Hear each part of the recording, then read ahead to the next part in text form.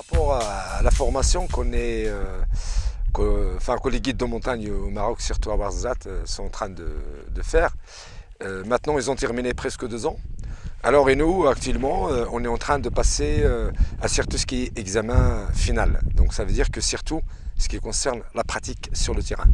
Donc, sur ce terrain que vous voyez, qui est derrière moi et puis aussi qui est un peu plus haut, donc c'est un terrain varié où ils auront à peu près à faire une course de 2 heures à 2 heures et demie. Évidemment, donc avec des contrôleurs qui sont un petit peu équidistants, presque un peu sur le parcours.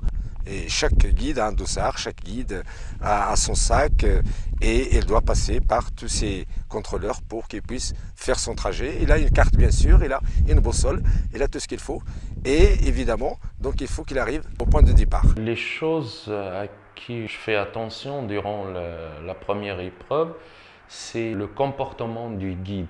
Comment il arrive? Est-ce qu'il se tient correctement? Est-ce qu'il arrive à supporter l'épreuve avec son sac à dos et tout ce qui va avec? Et aussi la façon dont il parle et aussi son orientation. Voir s'il arrive à s'orienter avec une carte dans des régions désertiques où il n'y a pas de repères et tout ça.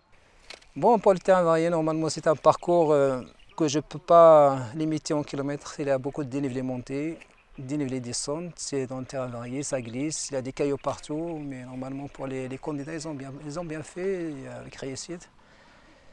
Tout le monde a tenu son équilibre, tout le monde a maîtrisé le parcours. Le deuxième jour, c'était toujours raffine, était consacré pour la mise en situation avec les clients. Alors là, dans ce cas, le guide il est obligé de faire un briefing pour les clients. Et voilà, il leur expliquer leur étape, qu'est-ce qu'il va faire.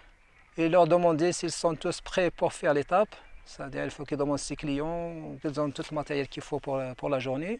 Et puis, normalement, pour nous, on a essayé de contrôler la dynamique du guide, son expérience, sa façon de parler, comment il maîtrise la langue.